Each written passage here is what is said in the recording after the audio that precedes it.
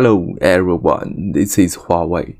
So from this video, we will start to introduce the functionalities of each ADAS feature, and we will introduce the feature parameters where you should calibrate in your own project if you want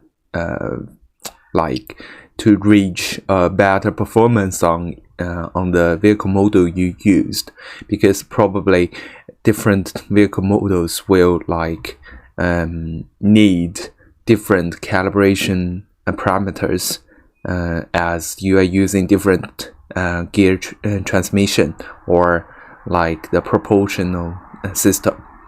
And we think the good calibration makes the feature work perfectly.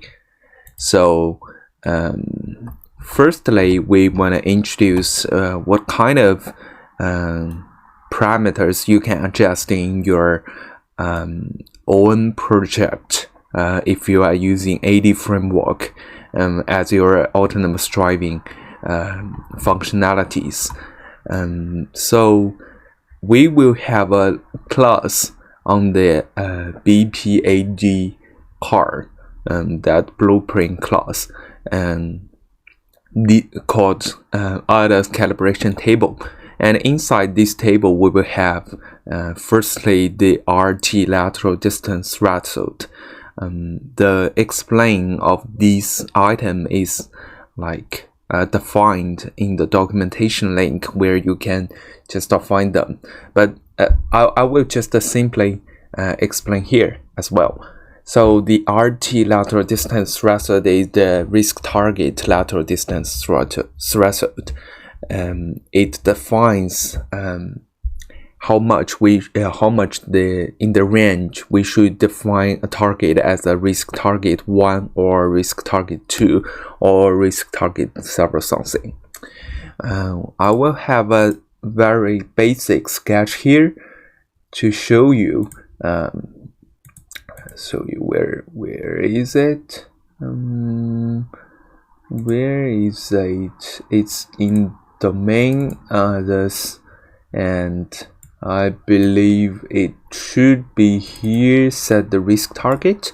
So if your host vehicle is like this, in the middle of the screen, and you will have around 10 or 9 or 10 are a risk target surrounding you, and the RT1 is the most centering ones ahead of the host vehicle, and the RT2 is the one that in front of the RT1. Probably you don't have the RT2, as you will have the only one car in front of the host vehicle. It's okay.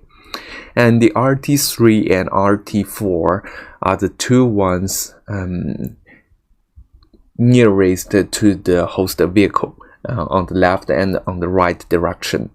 And the RT lateral distance threshold is that it is the threshold in the lateral direction, or to say in the y direction, to define if an RT is RT1 or RT3 or RT4.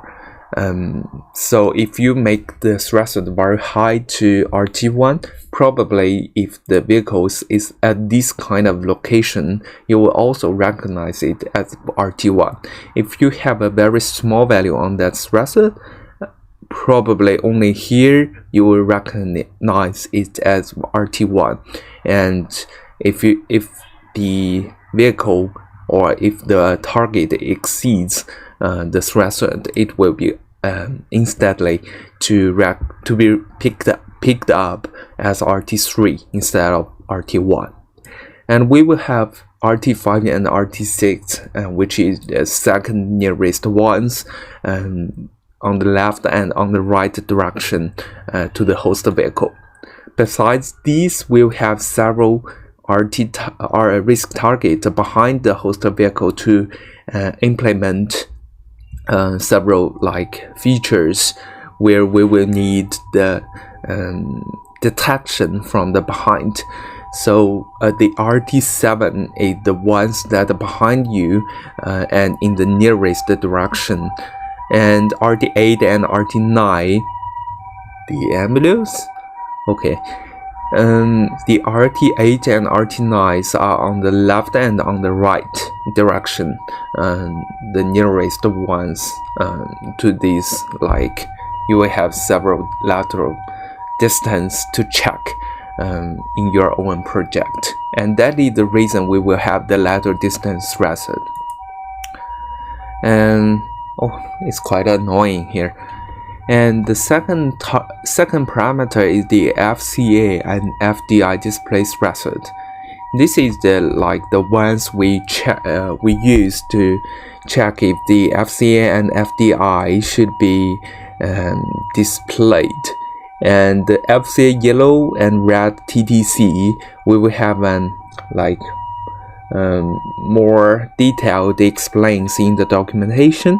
And here we just say the yellow DTC is the second level, and the red DTC is the most urgent level, where you should brake your vehicles at once to avoid any collisions.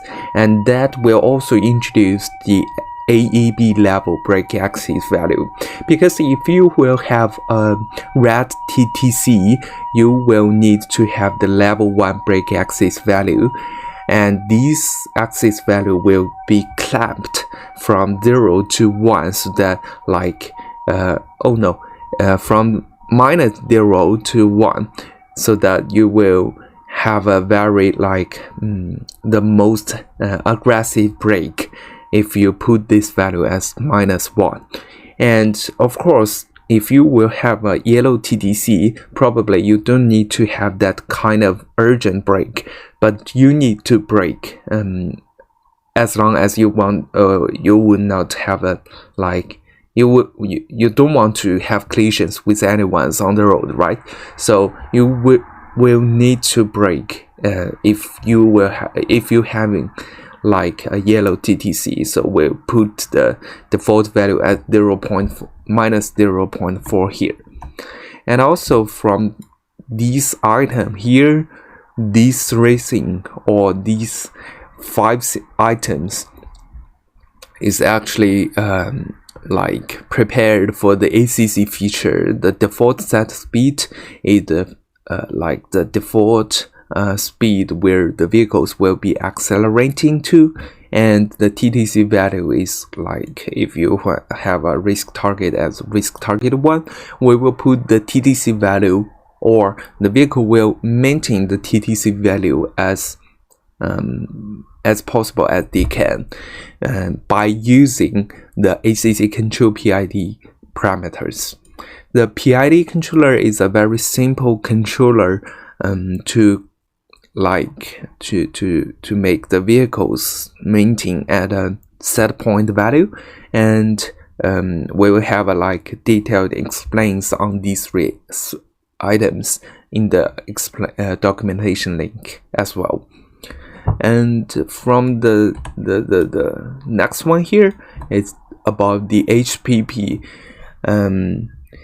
To be honest, we should put LCC here, because the HPP is is actually working for LCC, the lane centering control feature, but the HPP is the horizon predicted path, or to say this is the path where the LCC feature should follow up with.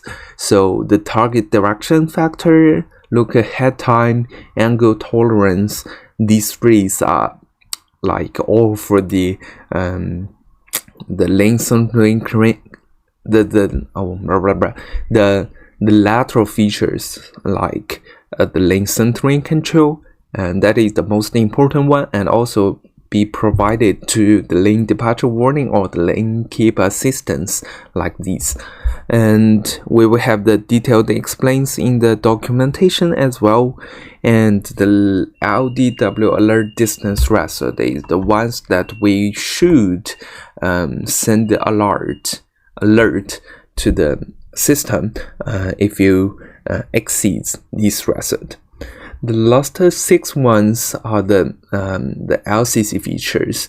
So we will explain in the next feature introduction here, and also we'll put a very well explained contents in the documentation as well. So if you still confused on these things, don't worry. So we will introduce the feature one by one, so that all these parameters can be included there as well. The main idea to introduce these is for you to fine-tune in your own project if you are using the AD framework for achieving a better performance in your own vehicle model. And the next one, all of these features can be easily tuned on and off, not only by in the editing mode, but also in the runtime. And all of these features, we classify them into around 1, 2, 3, 4, 5, and 10 features. All of these features is can be turned on and turned off.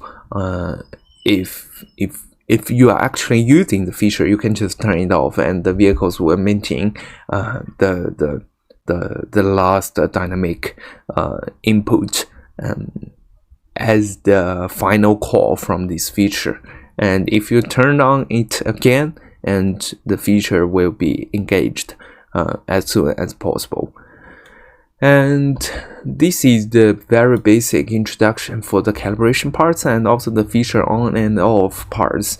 So in the next video, we will introduce the first feature here, the forward distance indication. So see you there.